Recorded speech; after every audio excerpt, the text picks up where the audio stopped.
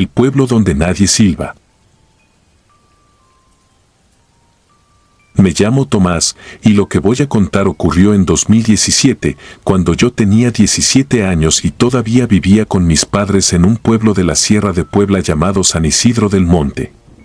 No aparece en muchos mapas, y la gente de fuera apenas lo conoce porque allí no pasa nada bueno ni nada importante. Es uno de esos lugares donde las casas son bajas, las calles se vacían temprano y, cuando cae la noche, hasta los perros dejan de ladrar como si supieran que hay horas en las que conviene no llamar la atención. En mi casa siempre hubo pleitos. Mi padre tomaba desde temprano y mi madre aprendió a hablarle con el mismo veneno con el que él llegaba. Al principio eran gritos, después insultos, luego empujones y al final golpes secos que sonaban contra las paredes de bloc como si alguien estuviera tumbando clavos con un martillo. Yo era el único hijo y crecí escuchando la misma frase de mi madre: no te metas, esto es entre tu padre y yo. Nunca fui valiente. Me tragaba la rabia, esperaba a que empezara el infierno y me salía de la casa para no escucharla llorar. Eso hice aquella noche. Era octubre, tiempo de frío en la sierra. Había llovido por la tarde y el pueblo todavía olía a tierra mojada, a leña apagada y a humedad encerrada en los corredores. Salí sin chamarra, nomás con una sudadera vieja y las manos en los bolsillos. Eran como las 11:30, quizá un poco más. En San Isidro, a esa hora ya no hay nadie afuera. Las tiendas están cerradas, las ventanas atrancadas y la calle principal parece un pasillo abandonado. Yo conocía esas calles mejor que nadie. Las había caminado tantas veces huyendo de mi casa que podía hacerlo sin ver. Mi intención era llegar hasta la capilla vieja, dar una vuelta por el atrio y regresar cuando mis padres ya estuvieran dormidos o cansados de odiarse por ese día. Iba pensando en eso cuando escuché un silbido. No fue fuerte. Fue corto, delgado, casi juguetón. Pero en ese pueblo nadie silba de noche. Eso lo sabía cualquiera. Las personas grandes dicen que silbar después de las 10 trae mala suerte, y los más viejos ni siquiera quieren hablar del motivo. Yo siempre pensé que era una superstición como tantas otras, inventada para asustar niños. Aún así, cuando lo escuché, sentí un vacío desagradable en el estómago. Seguí caminando y volví a oírlo, un poco más cerca. Me detuve. Miré hacia atrás. Había una figura al fondo de la calle, donde la luz amarilla del poste apenas llegaba. Pensé que era un muchacho de mi edad, pero luego me di cuenta de que era demasiado pequeño. Un niño, tal vez de 8 o 9 años, parado en medio del lodo, con los brazos pegados al cuerpo. No se movía. Lo único raro, al principio, era que a esa hora un niño no debería estar ahí. Le pregunté si estaba perdido.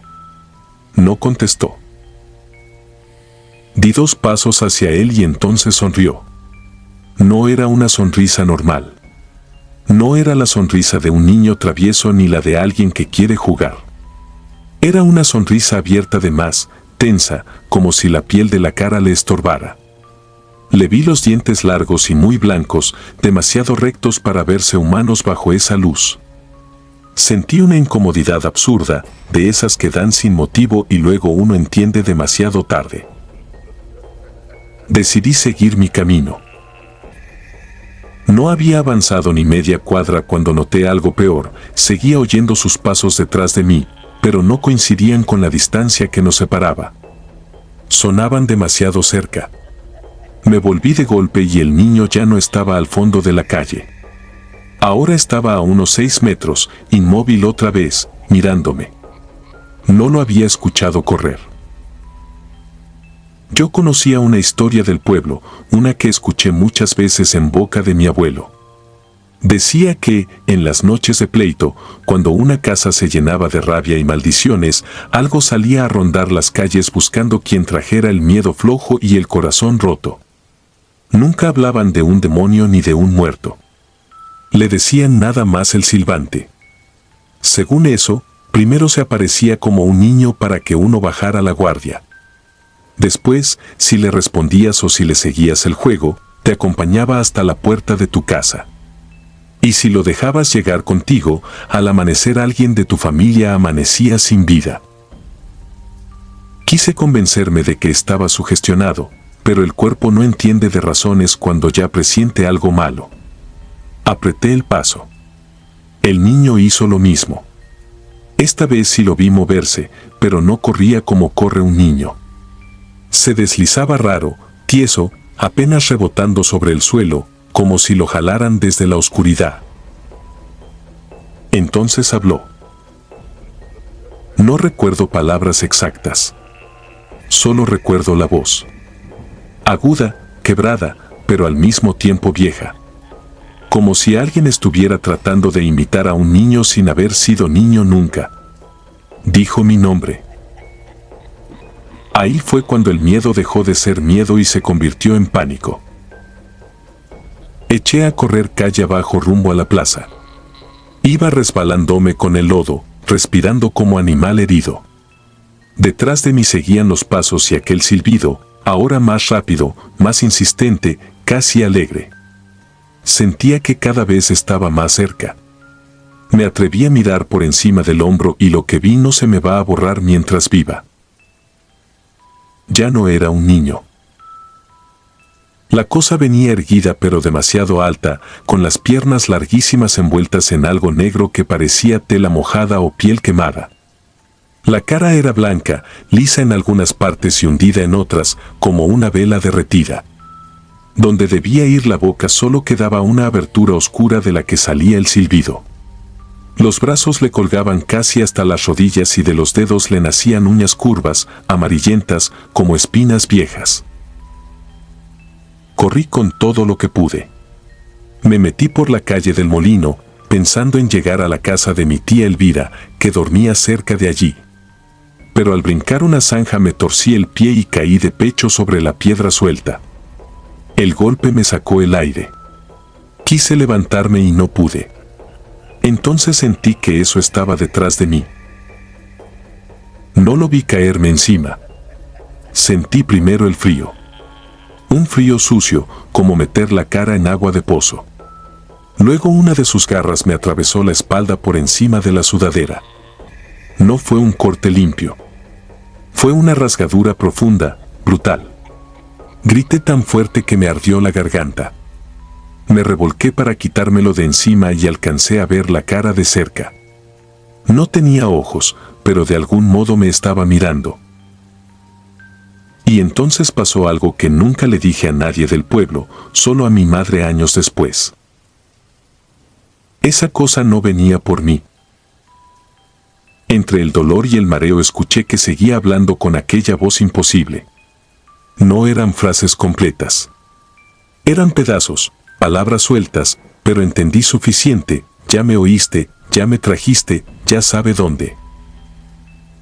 En ese momento comprendí que había salido de mi casa siguiéndome porque allá dentro había suficiente odio para alimentarlo, pero no era yo a quien quería. Lo estaba guiando de regreso. Saqué fuerzas de donde no tenía, me levanté como pude y en vez de correr hacia lo de mi tía, corrí de vuelta a mi casa. La sangre me bajaba caliente por la espalda y apenas veía de un ojo por el sudor y el llanto. La cosa venía detrás, silbando con una urgencia que parecía felicidad. Cuando llegué, la puerta estaba abierta. Entré gritando el nombre de mi madre. La encontré en la cocina, tirada junto a una silla volteada, con el labio roto y el cachete hinchado. Mi padre estaba frente a ella, borracho, sosteniendo aún el cinturón con el que acababa de pegarle. Nunca voy a olvidar su cara al verme entrar cubierto de sangre, ni cómo se le borró la borrachera en un segundo.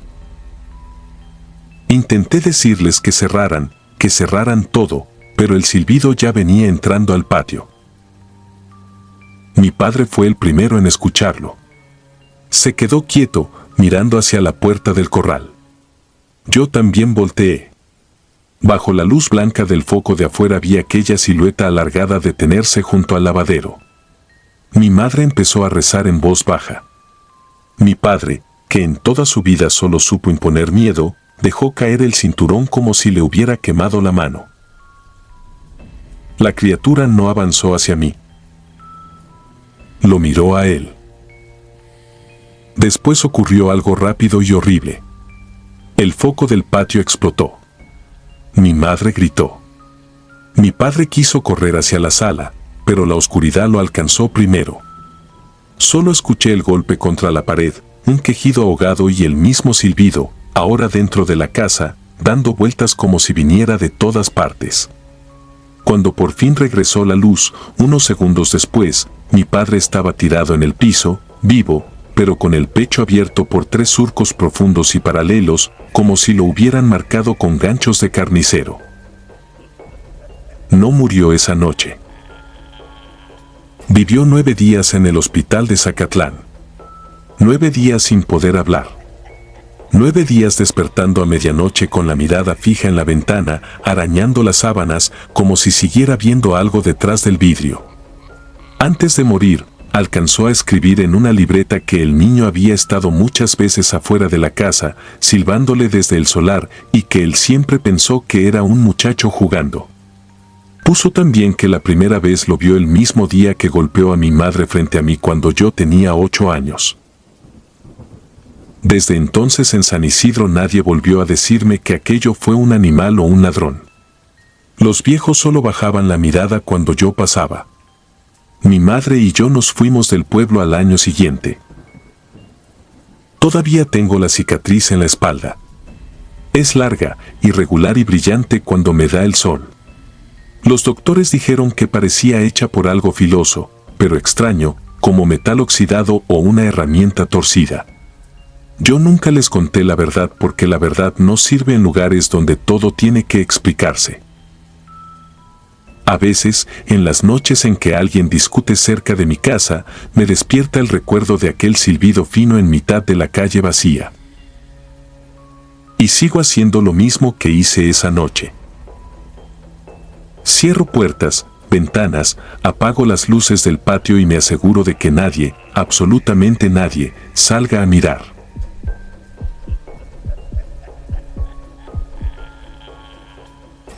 El pueblo que tragaba muchachas. Nunca he sabido si lo que vi en San Jerónimo del Monte fue obra de hombres enfermos, de algo peor o de ambas cosas mezcladas. Han pasado 12 años desde entonces y aún así sigo despertando con la sensación de que alguien raspa mi ventana con las uñas, igual que aquella noche. Hay cosas que uno cuenta para desahogarse. Esto no es una de ellas. Esto lo escribo porque hace poco, revisando una nota vieja del periódico, encontré de nuevo el nombre del pueblo y sentí el mismo frío que me recorrió la espalda en 2014, cuando llegué ahí para hacer mi servicio como maestro rural. San Jerónimo del Monte estaba en una zona apartada de la Sierra de Puebla, a casi 2 horas de la carretera más cercana. El camión me dejó en un crucero de terracería y de ahí tuve que subir en una camioneta de redilas junto con costales de maíz, gallinas amarradas de las patas y 3 mujeres que no dejaron de mirarme como si ya supieran que yo no iba a durar mucho. El pueblo era pequeño, unas 40 casas de bloque y lámina, una plaza con kiosco agrietado, una parroquia antigua y un monte tan espeso alrededor que parecía que el lugar no estaba construido dentro de la sierra, sino atrapado por ella. Desde el primer día noté algo raro. No era la pobreza ni el aislamiento, porque yo ya había conocido comunidades así. Era el silencio. En San Jerónimo la gente hablaba poco, bajito, y evitaba mencionar ciertos nombres. Si uno preguntaba por alguna familia que ya no veía en el pueblo, respondían con evasivas. Se fueron. Se cansaron. Dios sabrá. Todo terminaba igual, con esa frase seca que parecía cerrar cualquier conversación: aquí hay cosas que es mejor no buscar. La parroquia dominaba el centro del pueblo. Era vieja, enorme para un lugar tan chico, con muros húmedos y una torre donde anidaban murciélagos. El sacerdote se llamaba Padre Nazario. Era un hombre de más de 60 años, ancho de hombros, con una voz grave que se imponía incluso cuando hablaba en tono sereno. Llevaba demasiado tiempo ahí. Los pobladores lo respetaban de una forma que no parecía fe, sino obediencia. Nadie lo contradecía. Nadie lo miraba directamente por mucho tiempo. Y, lo más extraño, las muchachas jóvenes procuraban no quedarse solas cerca de la iglesia cuando oscurecía. Al principio creí que eran supersticiones de pueblo. Luego empecé a notar ausencias. Una alumna dejó de ir a clases de un día para otro. Se llamaba Ofelia, tenía 14 años y era de las pocas que todavía se reía a carcajadas. Su madre fue a recoger sus cuadernos una semana después, con los ojos hinchados y un moretón amarillento en la mejilla. Me dijo que la niña se había ido con unos parientes a Tehuacán. Lo dijo de corrido, sin convicción, como si repitiera una mentira que le habían obligado a memorizar. Esa misma noche escuché llorar a una mujer en la calle, pero cuando me asomé, no había nadie. Con el paso de las semanas supe de otras desapariciones, siempre mujeres, casi siempre jóvenes. Nadie hablaba de ellas abiertamente. Solo oí murmullos en la tienda, en el pozo, afuera de la presidencia auxiliar. Decían que cada cierto tiempo el pueblo pagaba una deuda. Nunca entendí a quién, hasta la noche en que seguía al padre Nazario. Era octubre. Lo recuerdo porque el aire ya olía a leña húmeda y cempasúchil, y porque esa tarde había llovido lo suficiente para dejar el lodo pegajoso en las suelas. Yo estaba en la casa que me prestaban, corrigiendo cuadernos junto a la ventana, cuando vi salir al sacerdote por la calle lateral de la parroquia. No iba vestido como en misa. Llevaba una especie de capa oscura encima de la sotana y caminaba deprisa, mirando detrás de sí cada pocos metros. Hubo algo en ese sigilo que me erizó la piel. Pensé en Ofelia. Pensé en la madre golpeada. Pensé en todas las veces que los habitantes evitaban mirar hacia el monte al caer la noche.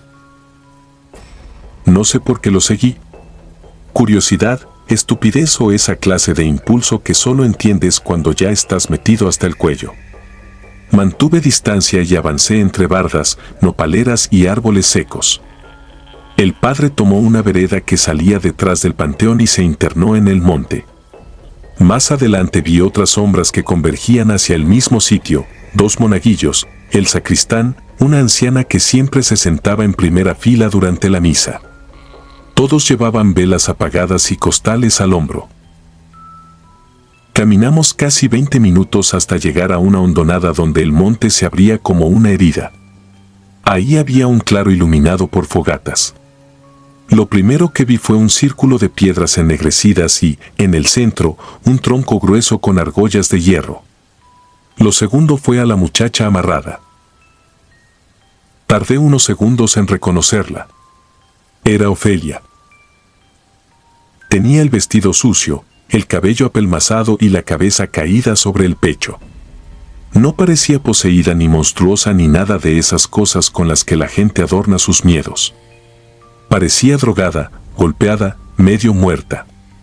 Quise salir de mi escondite, pero entonces escuché al padre Nazario decir algo que me dejó congelado. Dijo que el pueblo seguiría a salvo mientras la ofrenda se entregara limpia. No estaban haciendo un exorcismo. Estaban montando uno. Los presentes comenzaron a rezar en voz alta, pero no sonaban asustados. Sonaban entrenados. Como si hubieran repetido aquello muchas veces. Uno de los monaguillos vació del costal un puñado de aves degolladas alrededor del círculo. El sacristán sacó una máscara de piel curtida, sin facciones claras, y se la entregó al padre. Entonces entendí el rumor de que escondía su rostro por las noches. No era para que nadie lo reconociera. Era para convertirse en otra cosa frente a los demás, para que el horror tuviera forma. Ofelia despertó cuando le echaron agua encima. Intentó hablar, pero traía la boca hinchada. No rugía ni maldecía como en las historias. Lloraba. Quería decir algo. Forcejeó tanto que el hierro de las argollas rechinó en todo el claro.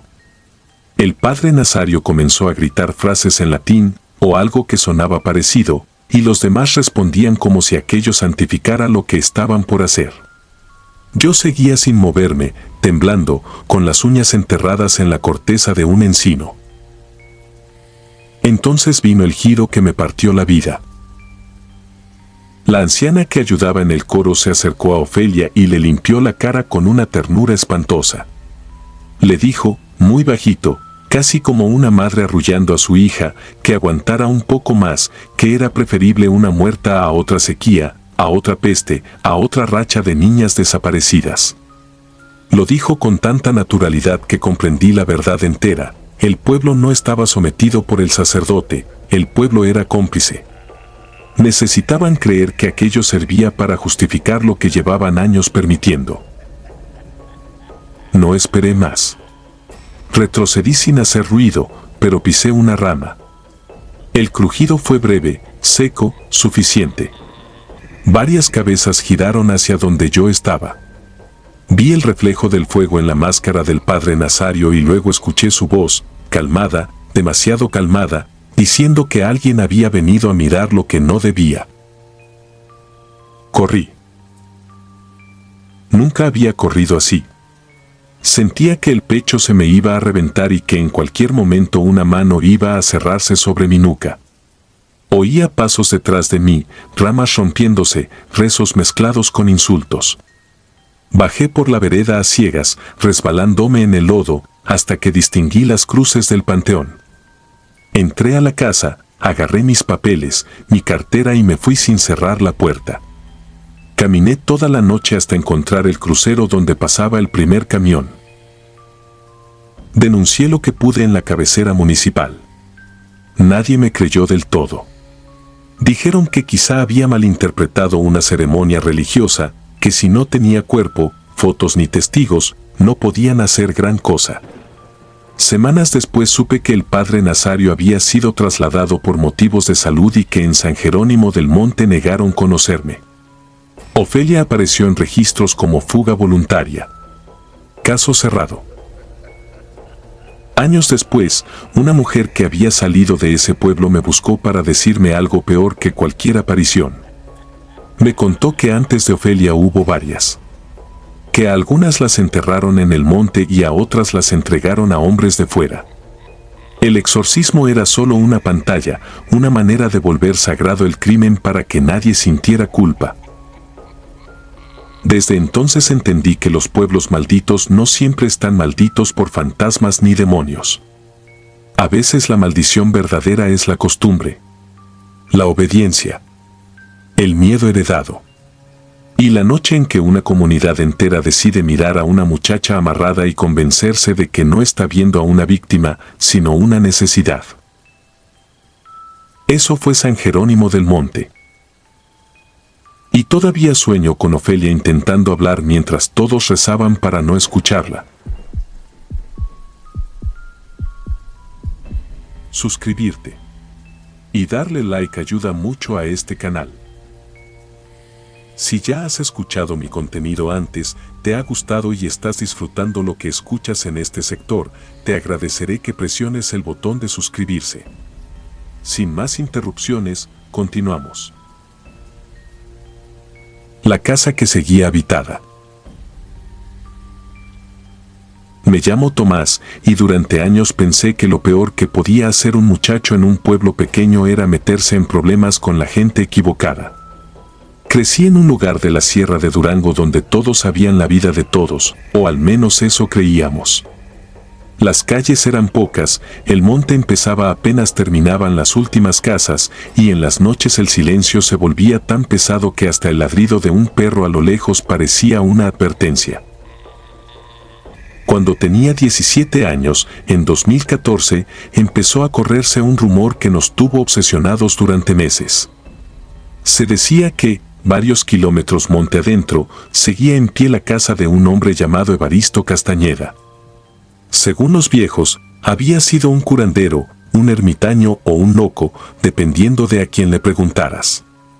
Lo único en lo que todos coincidían era en que había muerto hacía años y que nadie había recuperado su cuerpo. Aún así, había quienes aseguraban ver humo saliendo de su chimenea en temporada de frío. Otros juraban que entre los árboles se alcanzaba a distinguir una lámpara encendida, siempre a la misma hora, como si alguien siguiera viviendo ahí. La historia nos atrapó porque no había forma de comprobar nada. En el panteón del pueblo sí había una cruz con su nombre.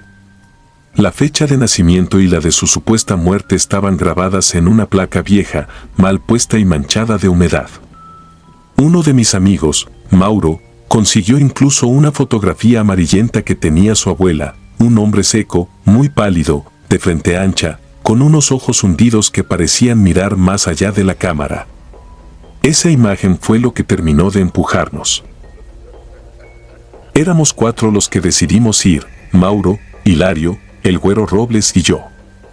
Lo planeamos como si fuera una aventura, con esa estupidez que solo se tiene a esa edad, cuando uno confunde la curiosidad con el valor y cree que todo puede convertirse en anécdota.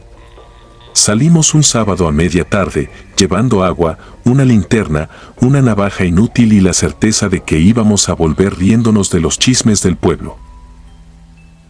El camino fue más pesado de lo que esperábamos. El monte ahí era espeso, con veredas borrosas y tramos donde había que apartar ramas secas con las manos. Después de casi 2 horas vimos la casa. Estaba al fondo de un claro, ladeada, con techo de lámina oxidada y paredes de adobe oscuro. No era una ruina. Eso fue lo primero que me inquietó. Aún desde lejos se notaba demasiado entera. La puerta seguía colgada, una ventana tenía cortinas y en el patio había leña apilada bajo un plástico negro para protegerla de la lluvia. Nos quedamos unos segundos viendo aquello sin hablar. El aire se había enfriado de golpe y sentí algo que nunca he sabido explicar bien, no miedo todavía, sino la impresión muy clara de que estábamos llegando a un sitio donde no éramos bienvenidos. Mauro, como siempre, fue el primero en avanzar. Rodeamos la casa en silencio. No había animales, ni herramientas tiradas, ni señales obvias de abandono. Tocamos la puerta varias veces. Nadie respondió. Hilario empujó apenas y la hoja cedió con un rechinido seco. Por dentro olía a encierro, pero no a podredumbre. Había muebles viejos, una mesa limpia, platos acomodados, una estufa de leña con ceniza reciente. Eso nos alteró más que cualquier cosa. Recorrimos 2 cuartos pequeños y luego llegamos al último, donde había una cama individual pegada a la pared. Sobre ella, cubierto hasta la cabeza con una cobija gris, estaba acostado alguien. Quiero ser honesto, pudimos habernos ido. Pudimos salir de ahí en ese instante. Pero el güero soltó una risa nerviosa, Mauro dijo que seguro era algún viejo borracho, y entre todos terminamos acercándonos. Yo tenía el corazón tan acelerado que me zumbaban los oídos. Mauro jaló la cobija.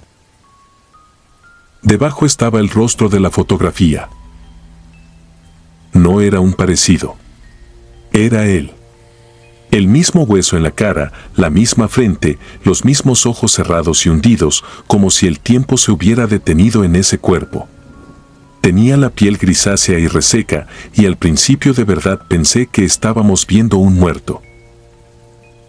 Entonces Hilario dijo en voz baja que le tocáramos el pecho para ver si respiraba. El güero, queriendo hacerse el valiente, extendió la mano. Lo que pasó después sigue despertándome algunas noches.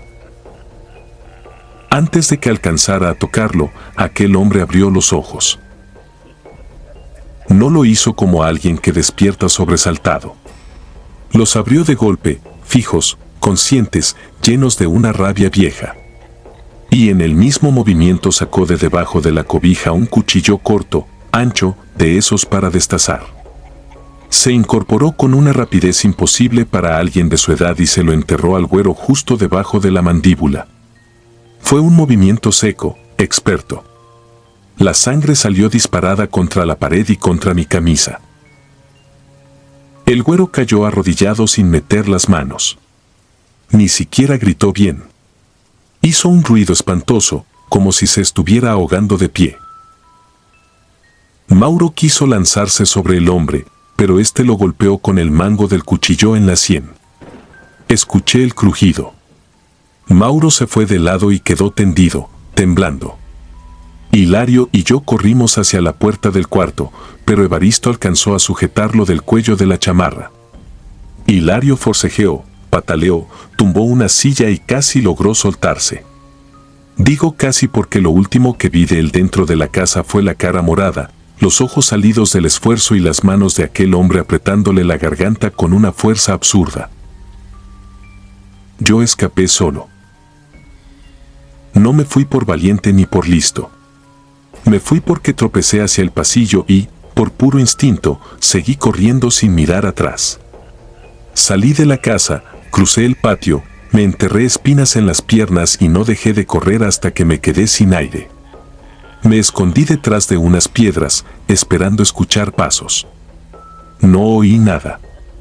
Solo el monte, el viento y un silencio tan espeso que daba ganas de gritar. Cuando me atreví a moverme ya estaba oscureciendo. Volví al pueblo de noche, deshecho, lleno de sangre que no era mía y mintiendo desde antes de llegar. Dije que nos habíamos separado, que Mauro y los otros se quedaron atrás, que quizás se habían ido por otro camino. La búsqueda empezó al amanecer. Encontraron a Mauro cerca del arroyo, muerto de un golpe en la cabeza. De Hilario y del güero no hallaron nada. Nunca nada. Durante semanas repetí una versión distinta, cada vez más sólida, cada vez más cobarde. Dije que nos internamos en el monte a beber, que discutimos, que corrimos al escuchar algo y nos perdimos. Nadie me creyó del todo, pero tampoco insistieron demasiado. En los pueblos, cuando una verdad da miedo, la gente aprende a dejarla quieta. Lo peor vino después. 3 noches más tarde encontré huellas de lodo bajo mi ventana. No eran imaginaciones. Eran marcas de botas grandes, frescas, marcadas en fila hasta la pared de mi cuarto. Mi madre pensó que eran de algún borracho. Yo supe que no. Después empezaron los golpes suaves en la lámina del techo, siempre pasada la medianoche. Luego la sensación de que había alguien parado en la oscuridad del patio, mirando sin moverse. Nunca lo vi de frente otra vez. Solo una vez, meses después, distinguí una silueta entre los mezquites, quieta, demasiado quieta para ser un animal. No se acercó. No hizo falta. Entendí que no me había dejado vivir por compasión, sino para asegurarse de que cargara con el miedo y con el secreto. Han pasado 12 años. Ya no vivo en Durango. Jamás volví a ese pueblo y nunca pude contar esto donde me conocían. Lo hago ahora porque hace 3 semanas murió mi madre y al ir a recoger las últimas cosas de la casa encontré, sobre el alféizar de mi antigua ventana, una piedra plana manchada con tierra fresca. Debajo había una fotografía doblada. Era la misma imagen vieja de Evaristo Castañeda. Solo que esta vez, detrás de la foto, alguien había escrito con letra temblorosa, «Faltas tú». Desde entonces duermo con las luces encendidas. Porque si algo entendí aquella tarde en el monte, es que no entramos a una casa abandonada. Entramos al lugar donde un hombre llevaba años escondiéndose, matando a cualquiera que descubriera que seguía vivo. Y creo que, después de todo este tiempo, por fin vino a terminar lo que empezó.